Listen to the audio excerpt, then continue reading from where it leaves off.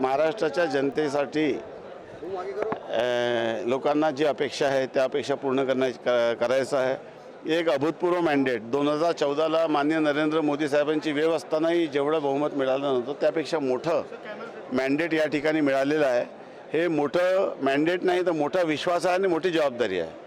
मला असं वाटतं की या मोठ्या जबाबदारीचं पालन करण्यासाठी त्याच्यावर लोकांना योग्य तो सरकारचे धोरणं निर्णय आणि जनतेच्या सर्व आशा अपेक्षा पूर्ण करायचं आहे।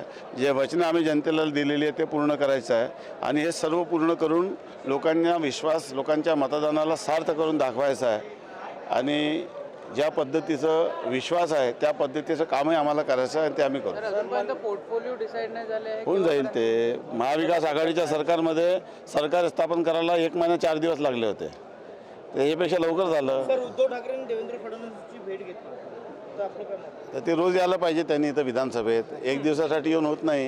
हे कसं आहे की विधान परिषदेच्या सदस्यपद वाचवण्यासाठी त्यांना या ठिकाणी कदाचित ते आले असतील। वस्तुस्थिती अशी आहे की ते दर अधिवेशनात 1 दिवसासाठी येतात। माझी इच्छा आहे की अधिवेशनाच्या डे 1 पासून अधिवेशनाच्या शेवटपर्यंत सकाळपासून संध्याकाळपर्यंत वेगवेगळे संसदीय आयुधांचा वापर करून त्यांनी महाराष्ट्राच्या जनतेचे प्रश्न एक आक्रमक विरोधी पक्ष म्हणून मांडले पाहिजे।